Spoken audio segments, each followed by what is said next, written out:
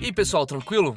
Hoje vamos trazer informações a respeito do Partido Conservador, que existiu no Brasil na época do Império. Esse roteiro veio a pedidos daqueles que queriam uma continuação do vídeo O Brasil Livre do Império, muito antes de Kim, Novo e Paulo Guedes. Mas agora pelo lado conservador.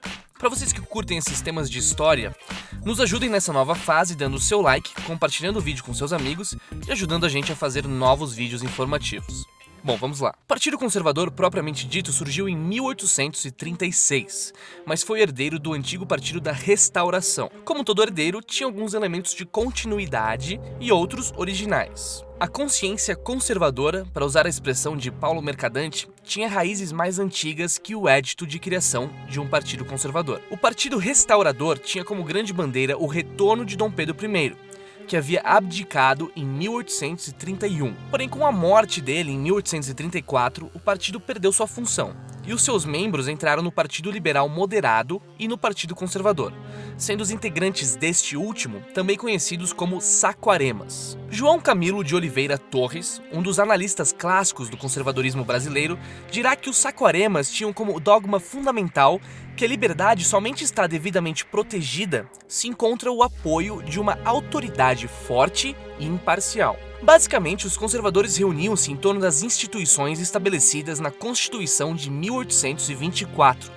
considerando-as pilares da ordem brasileira. A defesa da Constituição Imperial outorgada era um dos pontos chaves do pensamento conservador brasileiro. É bom lembrar que, nesse período, diversos países da Europa recebiam as suas constituições outorgadas por monarcas. Algumas dessas constituições vinham com modernizações políticas de representação real. A Santa Aliança, fundada em 1815, era a resposta dos reis à Revolução Francesa e ao subsequente domínio napoleônico, que apareceu para destroçar a ordem monárquica europeia tradicional. Muito embora os seus esforços de reconstituir o absolutismo tivessem fracassado, e um dos grandes fracassos aparecesse justamente na independência das colônias, parte do legado da Santa Aliança era reatualizado nos moldes dessas constituições outorgadas.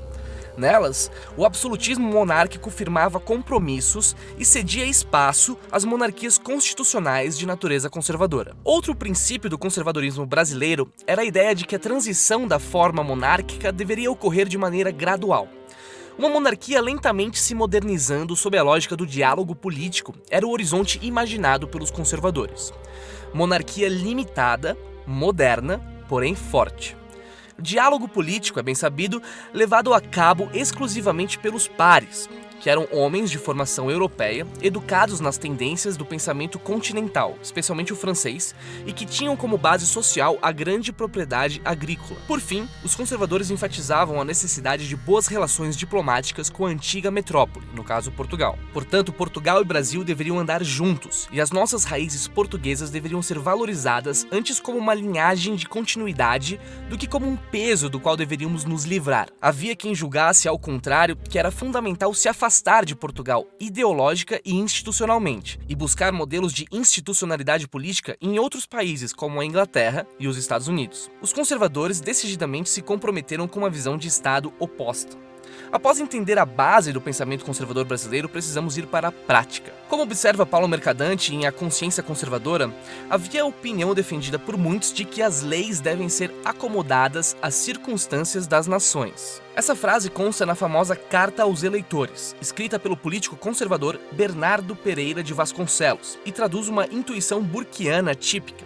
É o desenvolvimento histórico e social que modula o direito, e não o direito abstrato que põe uma espécie de camisa de força no desenvolvimento histórico. A carta possuía em seu DNA o pensamento antigo, afeito à moderação, desde a época da abertura dos portos e das aspirações de emancipação colonial que viriam a culminar na proclamação da independência. Desde esse período que o pensamento político brasileiro gravitaria à órbita do centro, o centrismo moderado, abraçado às intuições práticas e sociopolíticas do pensamento conservador continental, sem as tensões violentas dos embates entre a Revolução Francesa e a ordem absolutista. Fora do âmbito dos princípios, para ilustrar as realizações concretas dos conservadores, devemos nos lembrar que suas principais contribuições se deram entre 1848 e 1852, período em que se afirmava a Trindade Saquarema, com Eusébio de Queiroz na pasta da Justiça, Paulino José Soares de Souza na de Negócios Estrangeiros e o Visconde de Itaboraí na da Fazenda.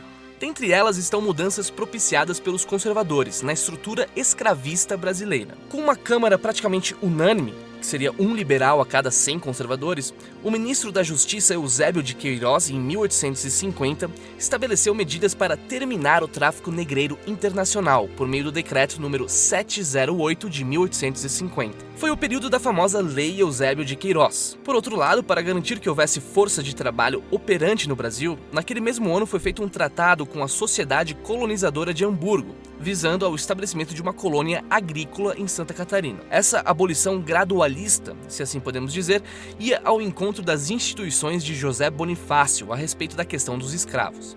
Disse Bonifácio que se deveria convertê-los gradualmente de vice-escravos a homens livres e ativos.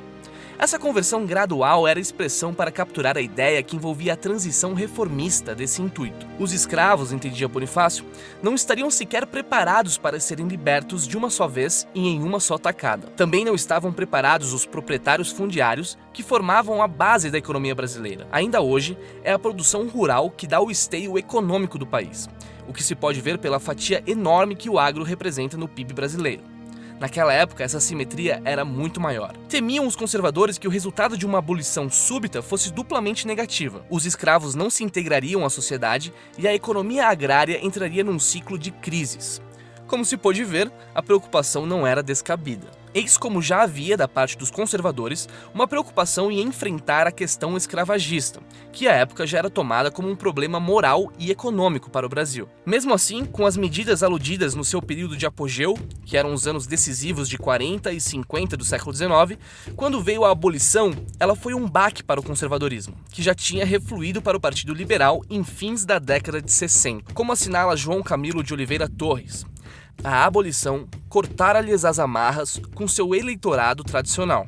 Esse esvaziamento dos interesses econômicos que encontravam guarida no partido abre o caminho para uma decadência aguda do conservadorismo imperial. A decadência da força política de grandes produtores rurais escravagistas abria espaço para novas forças políticas. Era uma renovação política com tantas possibilidades quanto a renovação que hoje vemos no nosso país. As estradas de ferro, o incipiente desenvolvimento industrial, a questão religiosa envolvendo maçonaria, jesuítas e igreja, nunca inteiramente pacificada, e que havia deixado chagas profundas. Tudo isso dava um novo panorama após o período regencial. Os ideais do Partido Conservador, realizados ou não, viam-se superados. Mas essa superação histórica daria lugar a uma outra superação mais radical.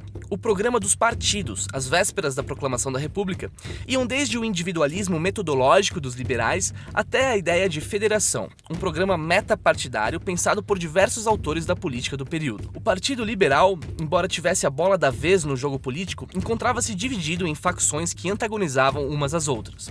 Havia no Partido Liberal uma tendência que poderíamos chamar com alguma imprecisão terminológica de liberal conservadora. Essa tendência era representada pelo Visconde de Ouro Preto. Antigos membros do Partido Conservador tinham entrado no Partido Liberal e davam as mãos aos líderes dessa tendência. A ela acrescentavam-se outras duas, respectivamente representadas por Rui Barbosa e Joaquim Nabuco. Rui Barbosa propunha o ideal de um liberalismo individualista mais radical. Nabuco queria uma transição mais veloz, por assim dizer, ele que foi um dos maiores defensores da abolição, defesa tornada clássica no monumento líbero, o abolicionismo. A força do Partido Liberal se viu assim rapidamente dissipada em brigas internas. E tampouco seria suficiente o conjunto de reformas do Visconde de Ouro Preto. Direito ao voto, autonomia maior às províncias, liberdade de ensino, redução das prerrogativas do Conselho de Estado. As reformas deste conservador moderado foram vetadas pela maioria na Câmara, sob suspeita de serem demasiado modernizadoras. Foi um erro grave. Com a paralisia do Estado brasileiro, abria-se a oportunidade para que as forças republicanas formassem uma constelação de interesses. Menos de 20 anos depois, aconteceria a ruptura definitiva com a monarquia constitucional brasileira. Assim, as disputas no seio do movimento liberal seriam dirimadas de uma forma definitiva com a proclamação da República. Com a República, as divergências maiores caíam no campo das distinções programáticas.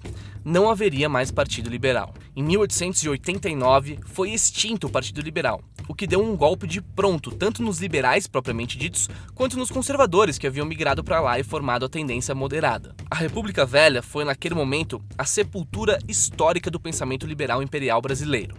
assim como do pensamento conservador. Aquele ciclo de pensamento conservador e liberal que abrange boa parte do século XIX se sucederia à história da República Oligárquica, o getulismo e todos os grandes movimentos e transmutações do país que deram a este sua feição atual. Até hoje, o pensamento conservador foi incapaz de se restabelecer como força política sólida e coerente. Esperamos que com o resgate da sua história, os conservadores possam voltar ao jogo político, com prudência, moderação e qualidade. É isso aí, pessoal, muito obrigado por assistirem o vídeo. De novo vou pedir para deixar seu like, compartilhar esse vídeo, clicar no sininho para receber os próximos ficheiros. Deixem aí nos comentários algumas sugestões de temas para nossos próximos ficheiros, beleza? Um abraço para todo mundo, falou!